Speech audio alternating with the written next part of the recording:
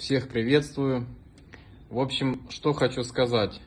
Хочу выразить огромную благодарность ребятам за дверь, которую они сделали. Причем сделали очень быстро. И что самое важное, качественно. Из всех предложений это была самая идеальная цена для такой двери. Дверь действительно классная.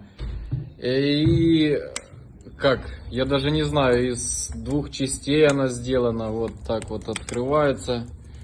Вот. Шнурочек заложили, ребята, молодцы, постарались.